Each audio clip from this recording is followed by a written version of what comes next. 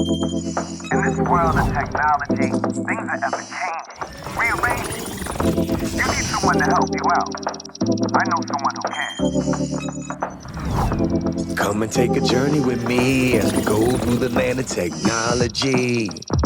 You'll never be alone. You'll be with Paul Amadeus Lane in the tech zone. Welcome to the tech zone. We on our tech flow, and it's still a global market in case you didn't know. So many guests, we not trying to impress. Just wanna pass off the info. You could do the rest. See, there's no escaping tech.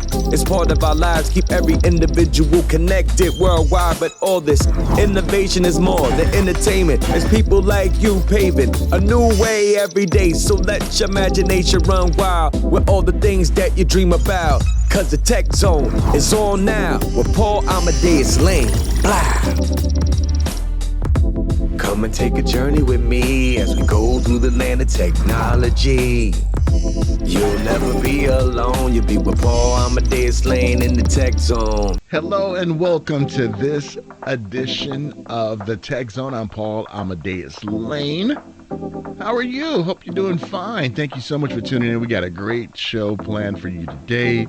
Maybe you've been wanting to know what's going on with the trends when it comes to 5G, AI, mobility, you name it.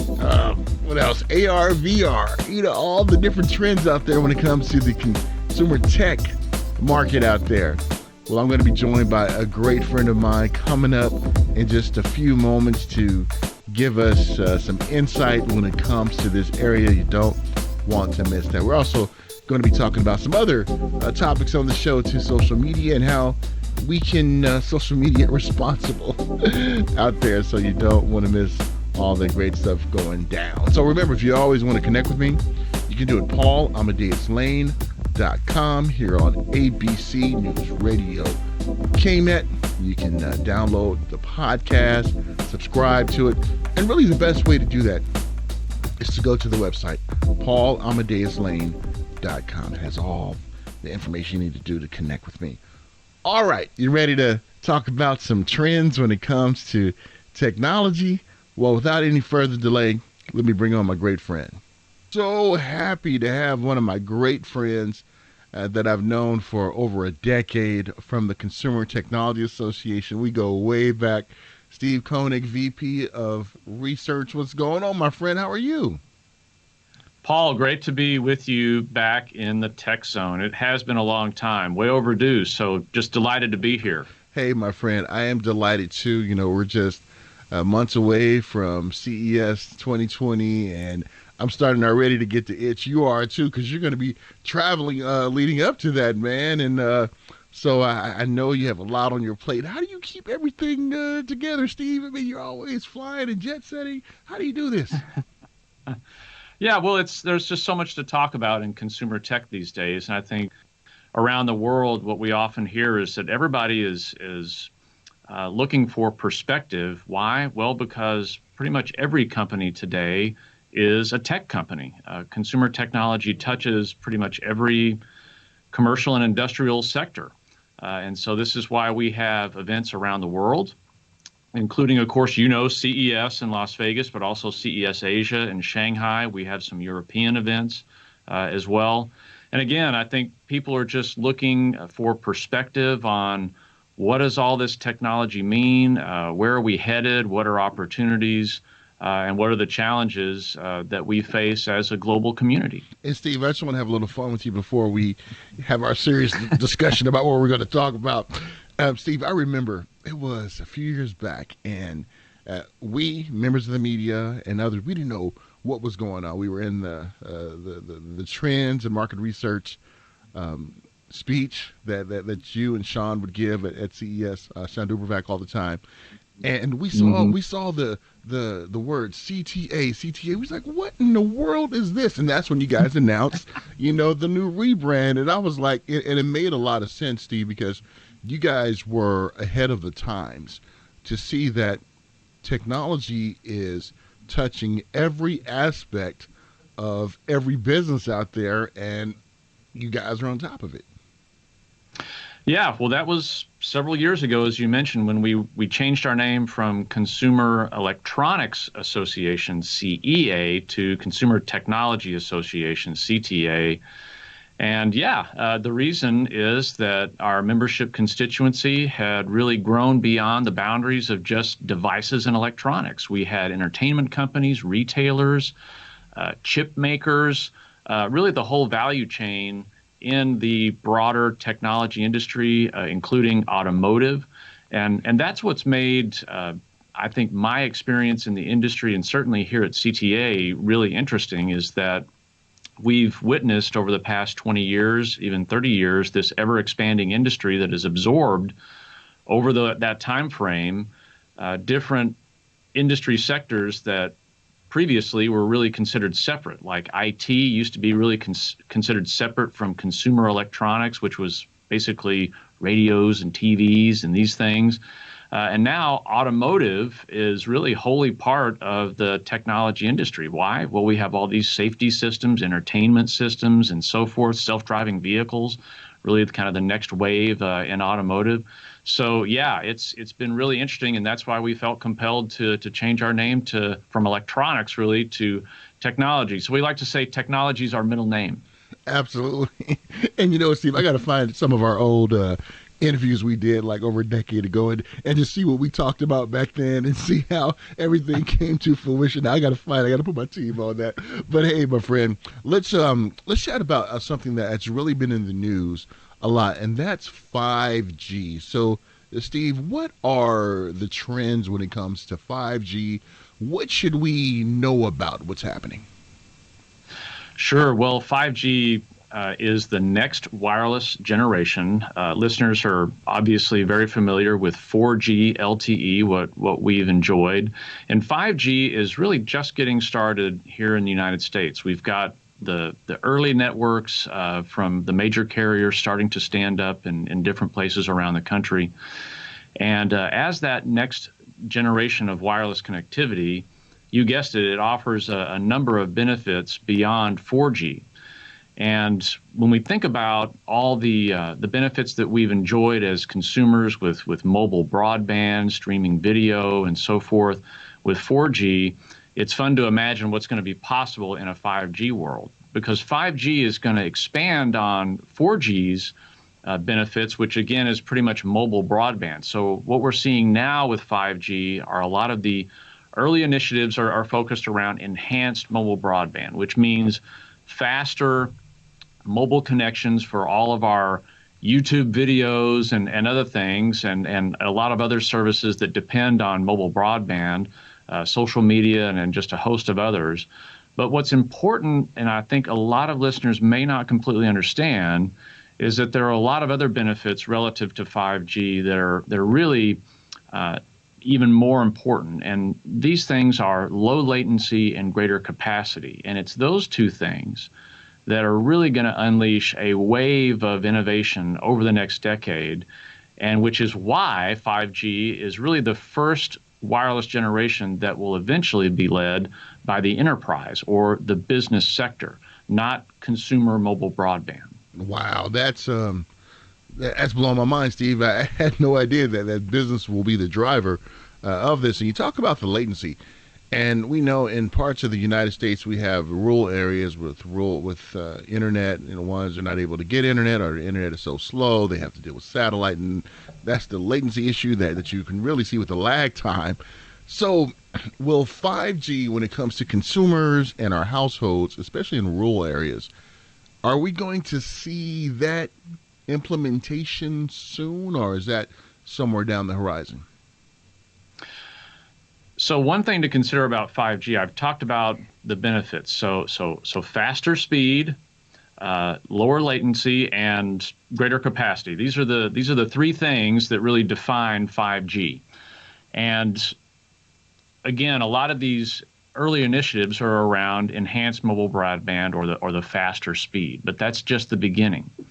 Lower latency and greater capacity will come in the next several years, but will require a significant build out of infrastructure. And what that looks like is antennas of all different shapes and sizes, really small antennas, larger antennas, because 5G is going to operate across, basically, think of it as a low, medium, and high bandwidth. So without getting too technical, because I know a lot of people, may be intimidated by that, but what we can expect is that as the 5G networks continue to grow, more and more businesses will take this up to get those benefits of low latency and greater capacity. And so this is where we talk about more factory automation, different sensors, and so forth.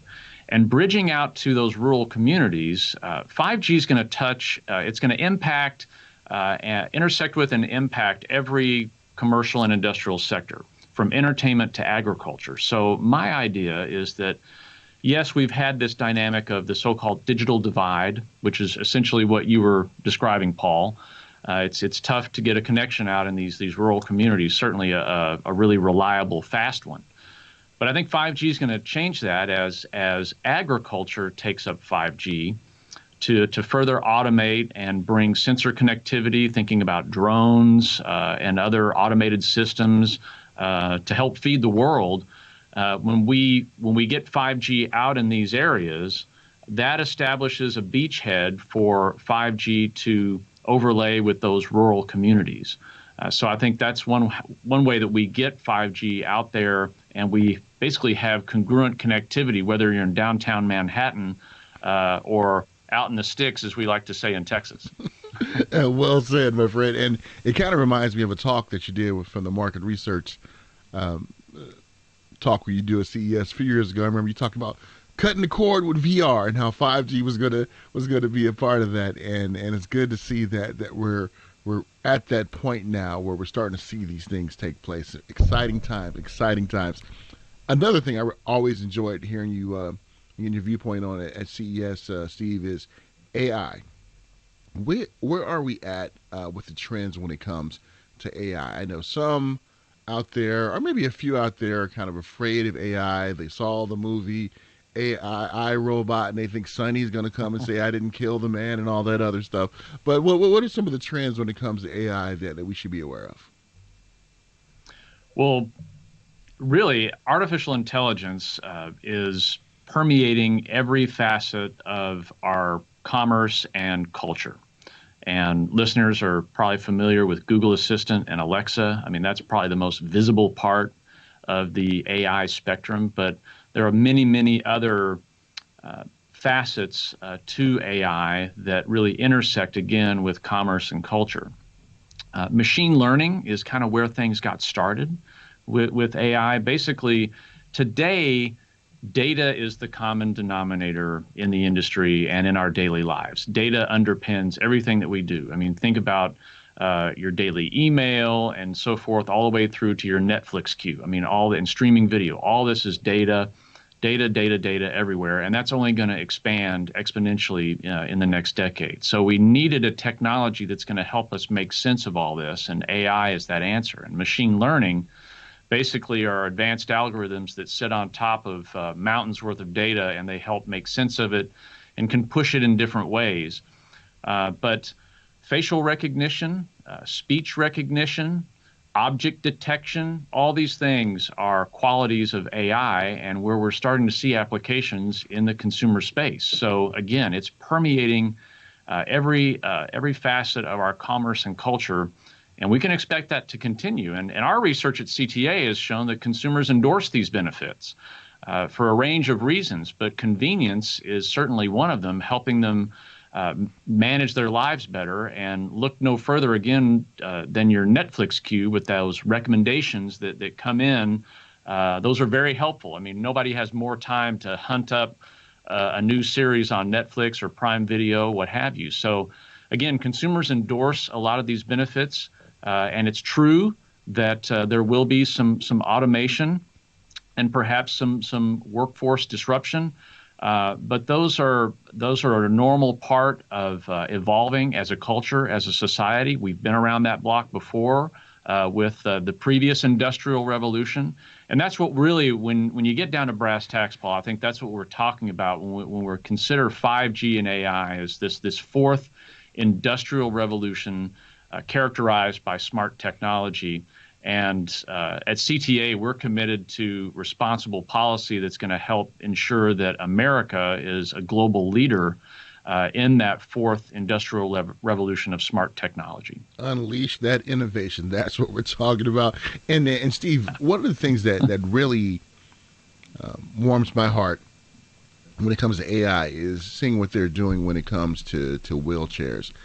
I remember last year at CES, I think it was Hubox, with the Intel chip, they had that face recognition wheelchair. And when I saw that, I was like, this is just amazing. Because some of us who have motorized wheelchairs, and I know what I'm about to say, people are going to say, huh?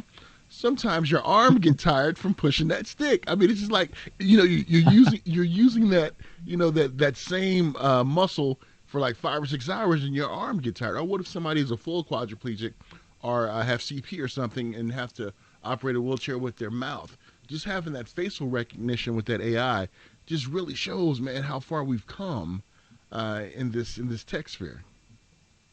Well, definitely. And then also just other benefits with speech recognition and so forth, voice recognition. Really, there's a difference between speech recognition and voice recognition. Obviously, speech is like the AI knows I'm speaking in English and understands that. Voice recognition knows that this is Steve Koenig speaking. So having that voice print technology, if you like, attached to that, so an operator can give specific commands, and then the wheelchair will follow through. In other words, someone standing next to someone seated in a wheelchair and said, move forward 10 feet. It wouldn't do anything. Only the person sitting in the chair for whom that's for. So there are a lot of benefits, exactly, and all the more to say why I think we see in our research that across the board, from voice shopping to things like recommendation engines and so forth, consumers endorse the benefits of AI, and it's really going to help us advance as a culture and in the business community. Really help us establish more value creation in the next decade. I totally agree with that. And it kind of reminds me, Steve, a few years back when I sent you an email and I used voice to text.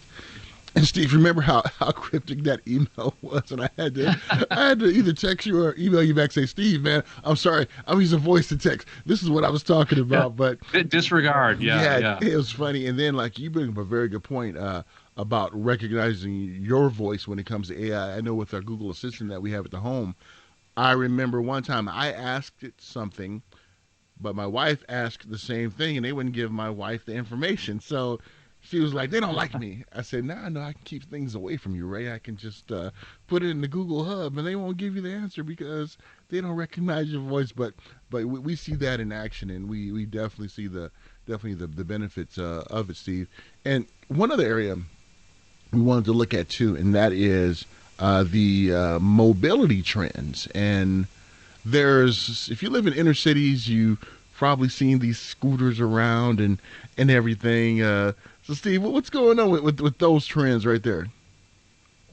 Yeah, well, what you're talking about in industry speak is known as micro mobility, and that would include the scooters that you mentioned, which have become really popular. And I think we're seeing the scooterization, if you like, of America. Certainly, if you spend a lot of time in major urban areas, you're bound to see those all over the place. It's certainly the case here in the DC metro area. But in addition to that, certainly bicycles and then other just first mile to last mile kind of transit solutions. So there's been an increasing need for this, and so innovation to provide an answer and a solution. So I think what we see moving forward is today we already have a mosaic of transportation options. Obviously, private vehicles, our own cars, trucks, mass transit in different forms. We can bike to work or to the grocery store or what have you. And now we have these other scooter options. So as we move forward in time, I think that mosaic of transit options will increase in granularity, which is to say that there's going to be more options across different distances: long range distance, medium range distance, short range. And so we're really seeing the focus again with these scooters on the more first mile, last mile type transit needs. And again, our research that we're about to release next month, we just completed it, and we're kind of putting the finishing touches on that, shows again consumers endorse these benefits. Why? Well, because they're helpful. Not because people don't want to walk somewhere or whatnot, but nobody has more time, generally speaking. So if you're trying to get to a business meeting, you get off the train, yes, you could walk the 10 blocks, but a scooter is probably going to help get you there a bit faster and cheaper than hopping in a cab, say. I don't know if we figured out how to operate a scooter in a rainstorm or anything. Yeah. I haven't seen anybody using the umbrella or anything like that. We wouldn't want that. But yeah, so there's a lot. And what's happening because of these scooters and bikes and other micro mobility solutions is we're seeing our infrastructure start to change. And what that looks like is you've seen roads reconfigured perhaps around the San Bernardino area, where there might have been 4 lanes. Now there are 2 with 2 bike lanes on the side, so dedicated lanes. So our roadway infrastructure is starting to shift, and I think that portends what will be coming when we have self-driving vehicles in fleets taking to the roads. Maybe they'll have dedicated lanes in some areas, but we're having to reconfigure our roadways to fit more of the 21st century lifestyle that involves a very granular mosaic of transportation options to fit our increasingly itinerant needs. Yeah. Yes, we have. And to see these in action is really amazing and encouraging. And speaking from experience, I would rather, ride for 10 miles than walk 10 miles to a meeting. So I second that motion. So, what, Steve, and one thing that you brought up, and my eyes lit up about this research that you guys have done. It's going to be released next week. I got to have one of you guys on to talk about that, because I think this is really incredible, just to find out, the pulse and the things that you guys have found out with this research. We definitely love to talk about that later on too. And just briefly, where we're at when it comes to autonomous vehicles and that area right there. Well, we're already seeing the first commercial deployments of self-driving vehicles, and one example is Waymo's operations in Phoenix. And these are limited commercial deployments, and sometimes they, despite it being a self-driving vehicle, which is the term that our research has shown that most people, autonomous is more of an industry term, but you'll hear probably more around self-driving vehicle. A lot of these will also include a human in the driver's seat in case of emergency or other need. But in any case, yeah, this is happening now. And so two of the guide words for 2019 and 2020 that I often use in my trend talks are reality and relevance. And reality speaks to what I just said about self-driving vehicles. These we're not talking about this as a fantastic vision of the future. These things are happening now. They're becoming reality, and that's only going to increase. And relevance speaks to other technology trends that are just gaining traction and relevance in culture and commerce. But in any case, yes, we're seeing, again, more of a mosaic. It's not just self-driving vehicles for passenger transport, but also self-driving semi-trucks. In the state of Texas, where I'm from originally, there's a company called Koenig Robotics that's operating big rigs, self-driving big rigs, and they have a human in the driver's seat, just to be safe. But they're running these between Dallas and Houston. So long-haul trucking, there's a lot of testing going on. But also in Brooklyn, they're using a very short-range self-driving shuttle. It goes about 1.1 miles right there in the Brooklyn area. And so we're seeing these things happen. And even here in D.C. with Local Motors Ollie, they also have a autonomous transport system, call it like a little self-driving bus that operates here on the waterfront in D.C. So things are starting to happen. This is only going to increase and grow and probably expand to college campuses, other dense urban areas, downtown. And I think a lot of that, it's kind of the bookends. Really, we have the very short range micro mobility kind of solutions that I described, and then maybe also these longer haul trucking solutions that'll help automate that.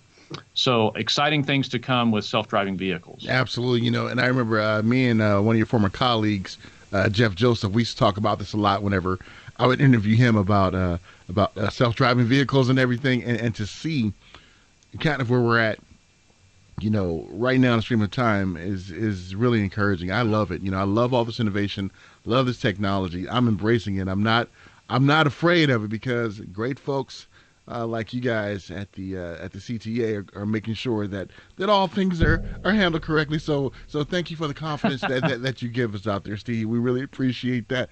Let's chat about something else too, AR and VR. So what are some of the trends that we are seeing of AR and VR? Because when it first came out, it seemed like it just, but now it's like, it's you know what I mean, Steve. Yeah. Well, let's break it down. So AR, VR, I think in short, what we can expect is that our lives as we head into the next decade will be augmented in some way. And there are a variety of ways that'll happen. But really the dynamic here in 2019, and I would say into 2020, is this: use cases, use cases, use cases. We're just finding more and more use cases for AR and VR. And let's unpack VR for the moment, because you're right. Like you said, I mean, there was a lot of excitement several years ago when VR first kind of arrived on the scene with the first Oculus headset, and obviously that was centered squarely in entertainment. And then we kind of hit that trough, as they say, of disillusionment. We're like, well, maybe it's a little expensive, and is there anything else other than fun and games? And it took us a while to figure that out, but yes, today, wow, manifold applications of VR, from engineering to medicine. Our research in this area has shown training and development is really big. I mean, think about if you had to give a speech, you could use VR to virtually practice your speech in front of that audience of 1,000 people. Yeah. So that could, that's a practical application. I think a lot of people that would resonate with a lot of people. But more technical things as well, clearly. Different virtual meetings, having an avatar. And Facebook has done some of this in more of a social context. In AR, we're seeing a lot of hardware innovation, VR too, but let's stick with AR. A lot of different forms and form factors for AR glasses. But I would point to folks' smartphone as probably the first place where they can really sink their teeth into AR and kind of come to grips with this and experience it. And I think once they do, they'll find it extremely helpful, because what AR does is really layer digital bits over our physical reality. And so sometimes, let's say if you're looking for a restaurant in a downtown area, you really can't see around a corner, can you? Now, we can follow navigation, looking down at our phone, but with AR, we can hold that up in front of our face. We can see a virtual path and maybe what is around that corner. Or if we're on a sightseeing trip, different points of interest could be pointed out instead of having to stare down at a threefold map in a national park setting, as an example. So again, I think it all adds up to life in the next decade is going to be augmented in some way. And we think that there will be people that want that all the time. There will be certainly the other end of the spectrum. There are people that want maybe nothing to do with that. It's just too much information. But probably for most of us, and I think you and I included, it's going to be helpful on a number of different occasions, and that we'll choose whichever solution, whether it's through our smartphone or putting on a pair of AR glasses, we're going to be open to that because the convenience, the benefits are obvious. It kind of reminds me of what happened with tablets. Remember when they first came out, they kind of, and then they came back with a vengeance, and we're starting to see that with AR and VR. And Steve, last question, because I know we're running a tight schedule here with you. Let's talk about the trends if we can, if we have enough time to, and that's about media and entertainment. What are we seeing with those type of trends? Well, sure. Well, we talked about AR and VR, and so there's a lot there. If you include sports in that, so look for more innovation there. But media and entertainment, I kind of think we've instead scratch the word star and insert streaming wars. Yes. Is kind of what we've seen. YouTube TV, Hulu, Netflix, Prime Video, but get ready for the media empire strikes back, because we're starting to see all these TV streaming services come online. Of course, Apple's announcement very recently with Apple TV Plus, Disney Plus streaming service, about $7-8 a month, starting in November as well, along with Apple's service. We just heard recently, this is kind of late breaking news, NBC Universal's streaming service debuting sometime in the springtime, I believe, next year, will be called Peacock, kind of a nod to their logo, the Peacock logo. But yeah, and other than that, HBO Max. So all these different TV streaming services. Why is this happening? Well, media companies have figured out finally that I think streaming is really the preferred modality for most consumers. Why? Well, because you don't have to be seated on your couch in front of the TV. You can pretty much stream it on your phone, your tablet, your PC, wherever you are in the world, and enjoy the content that you really care about, and keep up with that series or just stay entertained, again, wherever you are. So media companies are starting to stand up their own services, and I say the media empire strikes back is because they're literally clawing back a lot of their content. So I think what this means to consumers heading into next year is that whilst you might enjoy a lot of content on Netflix and say Prime Video, some of that content may not be there anymore and may be only exclusively available through, say, Peacock from NBC Universal or maybe HBO Max. So that's, I think, what we can expect, and that means that we'll probably have more subscriptions to deal with if we care about watching a lot of different series and a lot of different content. So that's kind of the update for media and entertainment trends. So it's kind of like what we've seen with Disney Plus when they took most of the Marvel stuff off of That's Netflix right. and everything. And yeah, so Steve, are we going to see the Empire say "I am your father" to these other streaming services? Yeah, you and I love to riff on Star Wars as much as possible. But yeah, so I don't know about that, but I definitely think that we're going to be managing more subscriptions, but I think that's okay. There's a lot of competition. I think the other thing we can expect to reduce churn, a lot of these media companies are going to want to offer longer-term deals, very congruent with what we see today in pay TV, where you can lock in, say, a lower rate if you commit to 2 years. So I think there'll be opportunities for savings for consumers, but we probably will have a bit more to manage on the subscription front in the future. Well, Steve, my friend, thank you so much. We were able to cover a lot of topics, and thank you so much for your insight. Looking forward to chatting with you soon. And please, when that research comes out, please let us know about the mobility trends. Please let us know about that so we can chat about it. But until next time, my friend, we can always theorize about man in the high castle and all that other good stuff. But thank you so much for joining me, and look forward to talking to you soon, my friend. And if one's like to find out more information about the great things that's happening at the Consumer Technology Association, what's the best way they can do that? Yeah, well, I think the URL right behind me here, if I can get my head out of the way, there we go, cta.tech. That's basically your one-stop shop for a lot of perspective on what we've talked about today. Also get details on CES 2020 that you mentioned right at the beginning, Paul. I mean, it's going to be here before we know it. So yeah, And any questions, just please ask us. Sounds good, my friend. Great catching up with you, Steve. Thank you. Yeah, enjoyed it immensely. Yeah, we'll speak soon. Definitely. That was my pal and VP of Research for the Consumer Technology Association, Steve Koenig.